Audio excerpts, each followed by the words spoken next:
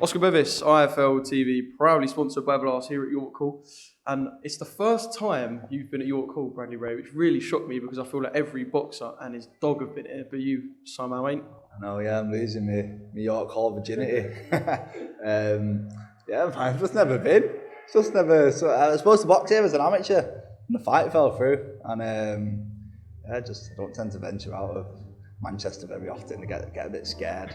But obviously, I had to come down and support Chloe, and it's nice to tick it off the list. I mean, you're probably not going to fight here now because obviously you're big time. You've made TV debuts. We know that. What do you think of it as like your first opinion? Because obviously people call it like the home of British boxing and that, and there's shows here every week. But you've got to be honest, it's a little bit of a grotty place, isn't it? Yeah, I kind of like that about it though. And I bet obviously it's still early on. Yeah, it's not too busy, but I can imagine with venues like this, man, especially with the balcony when people can feel like they're on top of the ring, and I bet you get a good atmosphere in here, which I have seen. Obviously not experienced it for myself, but yeah. It is a banging venue, and you never know, you might fight it one day, who knows. Chloe, she looked good, mate. Professional debut, sometimes people can freeze under the lights. You never really know what you're going to get, but I think she looked pretty impressive. Yeah, she's very, very talented.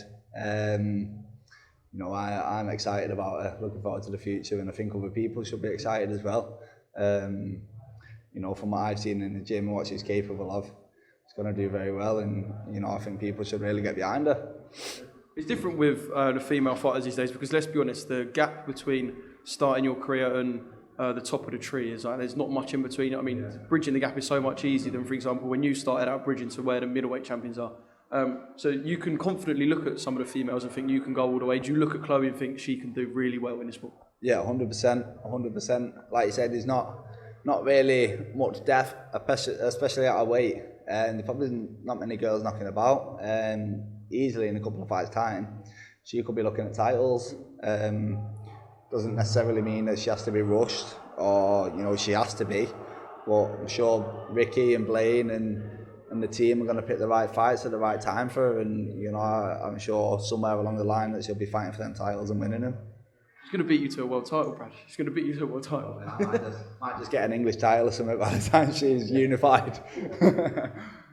Your next fight, we spoke at the show in Coventry, and you said you're going to be fighting on the December 11th bill. Bit of a shitty, really, that the main event's not going to be on because obviously that's a fight we're all looking forward to. It doesn't look like it's going to be on. Liam hasn't said anything, which isn't really doesn't fill us with hope. But that show looks like it's still going to go ahead. And you put on your story earlier that you're going to be fighting Craig McCarthy, so another unbeaten fighter. Exactly what you were telling us you were going to fight. Yeah. These are the type of fights I want to be in. Obviously, we're a bit unsure about what's going on kind of with the main event or whatever. You've had a bit of silence at the moment, but I was going out with the intention of trying to steal the show again, and I will be doing that. Solid opponent, McCarthy, undefeated. A lot of people in my position would probably be picking a lot easier fights, but it's just like I said to you the other day, man. I just want to keep the ball rolling. I'm building momentum now, and I'm just excited and loving it, and I want to be in them good fights. Would you have stepped in for Liam Williams? Let's say, right, they offered you the same dough they were offering Liam. Yeah. Would you have stepped in? Fuck you, right, I would have. And I would have gone and I would have had a shootout with him for a few, until I got chinned. I would have had a dust up with him, probably 3 rounds. I know you said you would have stepped in when Idris needed an opponent, but I think it's a little bit different for you, man.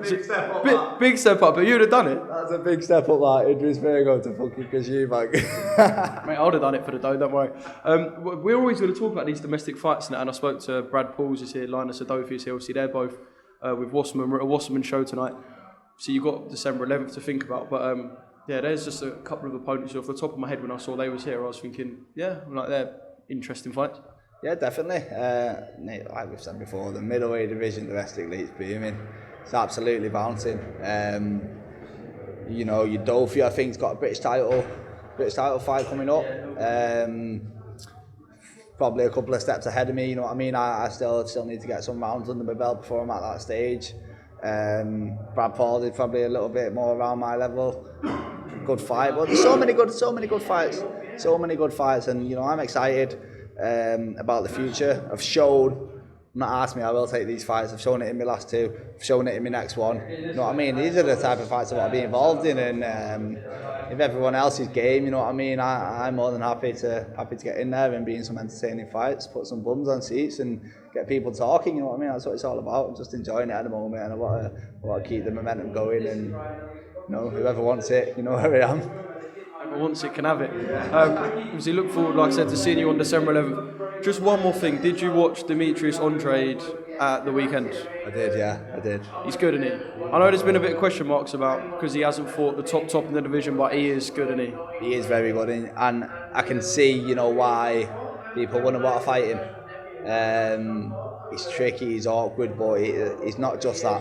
You know what I mean? He's shown he can hit hard. I think he broke Quigley's jaw in the first or the second, and you know, he's a handful, but he's got a world title there. You know what I mean? People should be shouting him out. People should want that fight. But yeah, I think he's very underrated, and I think there's a reason why people don't want to fight him. And if he is to fight Charlo, which we believe will happen next and we hope will happen next, how do you see that playing out? That's a tough one to call. I remember saying to you, don't sit on the fence for Eubank Williams, but I would sit on the fence for this because I'm going to be honest, I can't pick that fight. I'm going to go out and say Andrade. Yeah, Andrade, yeah. Stops him or goes a distance? Distance. I think he's awkward, man. He's hard to deal with. You know, but again, it's another good fight. Boxing, mint at the moment, isn't it, mate? There's so many good fights to be made. It's fucking mint, loving it. But there's something going on every weekend, isn't it? And I swear, it feels like I see you every weekend. Ricky must have the biggest stable in the fucking world. It feels like there's about 100 of you. I'm just a boxing fan, aren't I? I'll probably be here anyway if I don't have any more fun. I'm not here.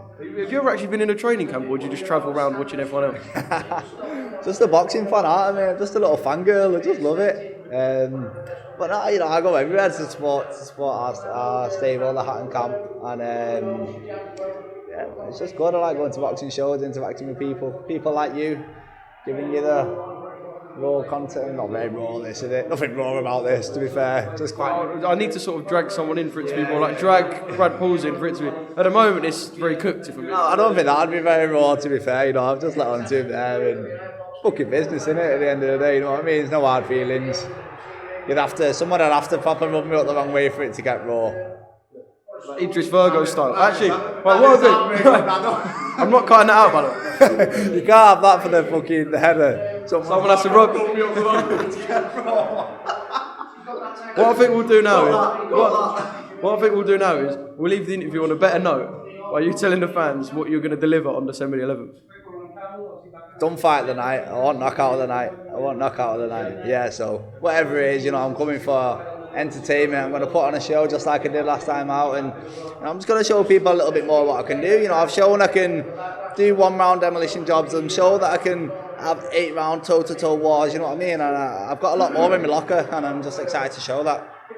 Everyone knows where to put their money now, and look forward to it, Brad. If I don't see you before then, good luck, and as always, pleasure speaking to you. Cheers, mate. Top man. Rub me up with one. What did you say?